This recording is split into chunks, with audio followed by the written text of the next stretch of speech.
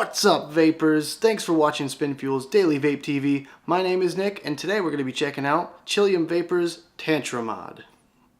So this beautiful piece of metal right in front of your eyes here today is the Chillum Tantra mod, and some of the specs on this device are it's all American made, it uses high-grade lead-free materials, naval brass contacts, fully adjustable pins, precision and attention to detail with all the engravings and everything.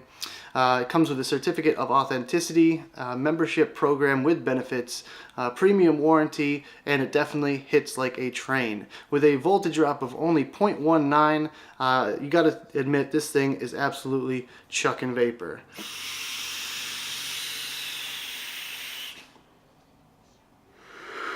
So I've been using this thing for the past couple weeks since I got back from Tampa, and I'm absolutely loving this thing. The overall form factor is just great. I love the locking ring on it, and the engravings are nice and subtle. But yeah, it hits really hard, and especially with this Royal Hunter, it looks great, which I'm definitely going to be reviewing that in the very near future, so make sure you keep an eye out for that as well. But anyways, let's take one more rip off of this thing, and then we'll go up into the close-up view.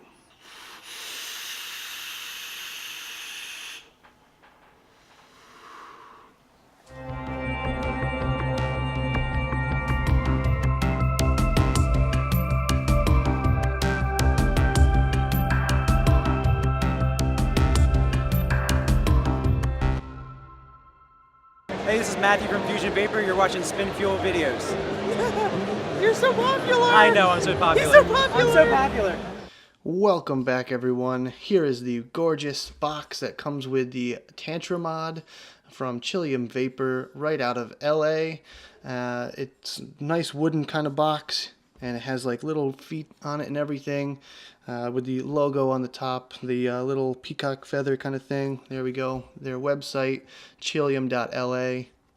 And overall, this is an excellent presentation. I mean, they put a lot of work into this thing. So let's go ahead and open the box and see this beautiful thing.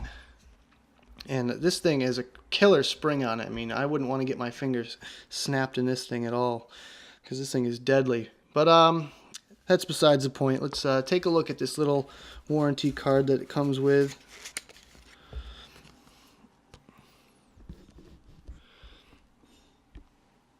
And as always, beautifully designed.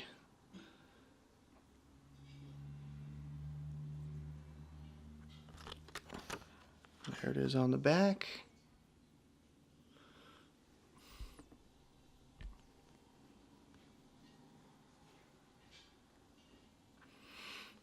So there we go. I'm going to slip that back inside.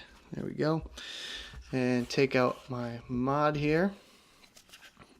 I'm just going to, yep. Put that aside there. And here's the mod. So as you can see, it uses 18650 or 18350 batteries, and it's a 2-section tube here. So if you wanted to use it in 18350 mode, you just ditch this tube, take off the top cap section, and just pop that on like that, and you have a nice little stealth vape. And the size difference, it's about,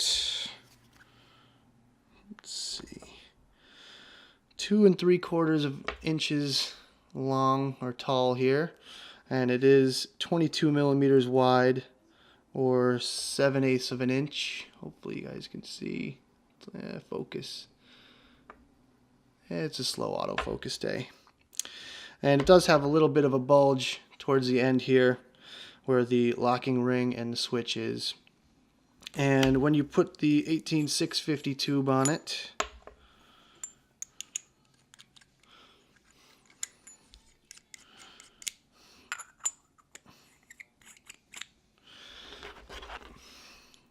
it goes up to 3 7/8 of an inch. There we go. Personally, I tend to use this thing in 18650 mode. I would really never use it in 18350 just because it's not very practical for me, especially the way I like to build it and everything. It does have a vent hole at the top here, So if your battery unfortunately would vent gases, it can go right through the top, and that's actually safer than a vent hole in the bottom. So there you go. There's the brass pin. I'll give you guys a close-up of that. Nice brass pin in the 510 connection, and it is an adjustable pin, which I'll show you in just a second here.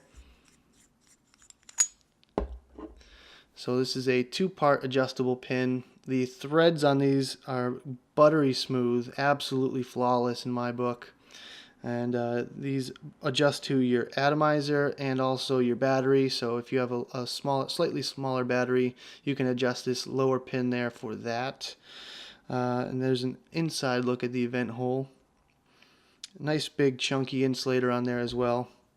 And the machining on this thing is absolutely gorgeous. I really have no complaints there. All the threads are nice and smooth. And the quality of the machining and the materials are just top notch. And this is naval brass, so it doesn't really tarnish as fast as normal brass would. And that's definitely a positive for me personally, because I don't like cleaning my mods. So I like the kind of slight patinaed look. And I think this thing looks really nice with a couple weeks of wear on it. And there's the peacock feather logo, as you can see. Or I think it's a peacock feather, I don't know. Pretty sure. And then the switch detaches from there. There's your lower brass pin switch, and right now it is locked. And the cool thing about this locking mechanism is when you lock it and unlock it, it actually sucks the pin down into the under the Delrin piece, the insulator there. So there's absolutely no way this thing can fire in your pocket when it's locked, which I think is awesome. And there's the throw on the switch, and it's a fairly comfortable throw for me personally. Like, it's not as strong as a 20-pound magnet, like some of the magnet batteries like the Fu Hatton or anything like that I have. So it's not quite as strong of a throw, but it is very very comfortable, and it's pretty easy to press in, and it has that nice soft feel to it as well with the flat spring that they use, which I'll show you in just a second here. And this is the actual lock portion right here. So you just do about a half turn, which locks it, and a half turn back will unlock it. You do have to be careful a little bit with the actual switch itself, because if you're turning the switch while you're unlocking it, it can loosen up on you a little bit. So just keep that in mind whenever you're doing that. But otherwise, it has this little grippy part here, the knurled edges here, that you can kind of hold on to, so you don't slip your fingers off or anything like that, which is nice. And the bottom engraving, nice little Chillum, made in USA. Oh, so I forgot to mention also, I got serial number 176. Hopefully you guys can kind of see that a little bit. Probably not, but it's a little bit difficult to see. But there you go. There's the serial number right there. Really, really subtle. And let's go ahead and just take apart this switch. Move those out of the way.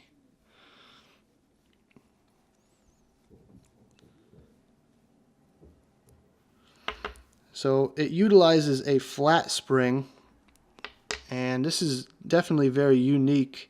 I've never seen anyone else use a flat spring for a mod, but I think that's absolutely cool. Really unique design. And like I said, it's very comfortable in your hand whenever you're pressing that spring in.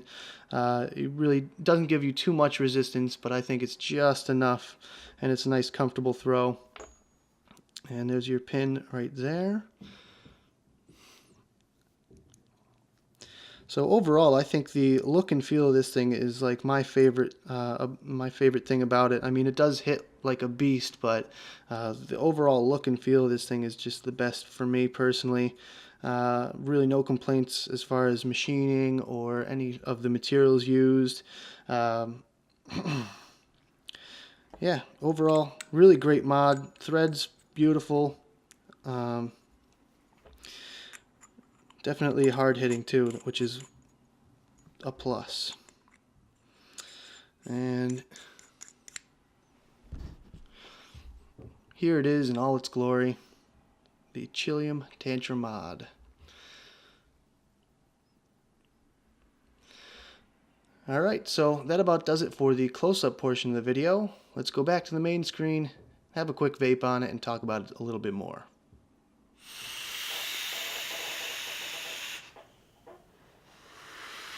So you just saw the close-ups of this Tantra mod. Now let's get into some pros and cons. My first pro is that it's made out of lead-free brass, and it's naval brass as well, and I just love that because it doesn't patina down like a normal brass mod would, and it still has that nice shine on it even after a few weeks of heavy use. And me personally, I don't like polishing my mods every week, so that's going to definitely work out better for me. My next pro is going to be that it hits like a train. This thing has a very low voltage drop of only 0.19, and I can definitely attest to the fact that this thing definitely hits hard. I really like that fact because I tend to build, around 0.2 ohms, and with the 0.2 ohm builds, you get that full voltage off your battery, even though it has the brass contacts. My third pro is going to be the locking mechanism. It's so easy, and all you have to do is just do about a half a turn there, and then it's locked. You can put it down and it's not going to fire, and then if you want to unlock it, just another quarter turn back and you're good to go. It'll fire right up.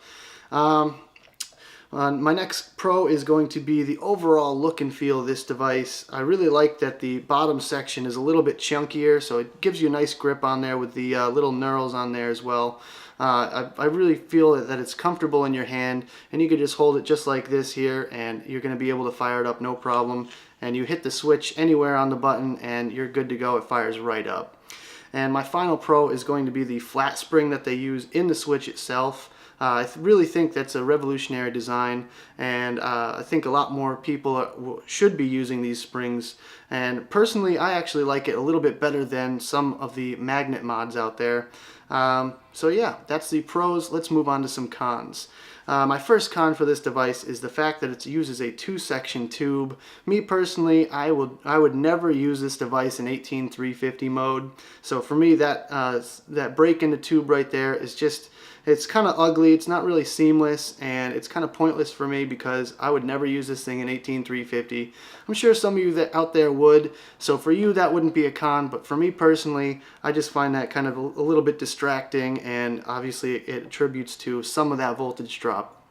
My next con is going to be that sometimes if you're locking your mod or unlocking your mod over and over again, the actual switch will back out on you, and you have to be very careful with that, because if your switch backs out and your button hits your battery contact, it could auto fire on you. So be aware of that and make sure your switch is fairly tight whenever you're unlocking and locking your mod, because you don't want that switch falling out on you like that. My third con is going to be the brass pins in this. I really believe that they should have either, silver coated them or use copper pins, just because I think that would hit a little bit harder using a better material. I mean, brass is pretty good, but for me personally, I prefer either silver coated or copper pins in my mods, even though they're a little bit, you have to maintain them a little bit more, but for me personally, that's just a preference. And my final con on this device is kind of a subjective one. It's the price. This mod goes for around $170. At least that's what it's listed on their website. It is available in 2 other color schemes, which are a little bit cheaper. The stainless steel version is only $130, which is pretty good, and the two-tone is $145. So this is the most expensive one out of them at $170, but for me personally, I feel like they could have gone a little bit cheaper on this one.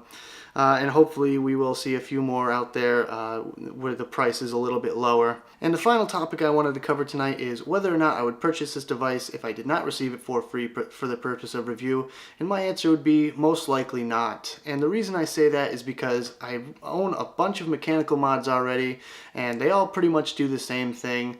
They all hit pretty hard, so for me to go out of my way to purchase this device, especially at the price point that it's at, it's really not worth it for me personally. personally. It is a beautiful mod and it does hit really hard, so if you're looking to get into a mechanical mod and you want a nice one to show off to your friends, this definitely would cover you on that. But for me personally, I'm moving to more of the regulated side of vaping. I do enjoy like some of the newer temperature control mods that are out there, the DNA chips and everything, so I kind of want to go and experiment with those for a little bit.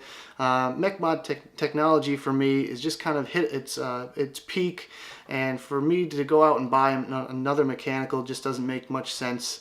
So unfortunately for me personally, I really don't need this one, but like I said, if you guys want to go out and pick one up for yourself, make sure you follow the links in the description. I'll have them down there for you. So I want to know what you guys think of this device. Would you ever use it in 18350 mode? Do you like the brass pins in it? Do you like the way the locking ring works? Just leave me a comment in the box below and tell me your thoughts on this device. I'm really kind of curious about what you guys think.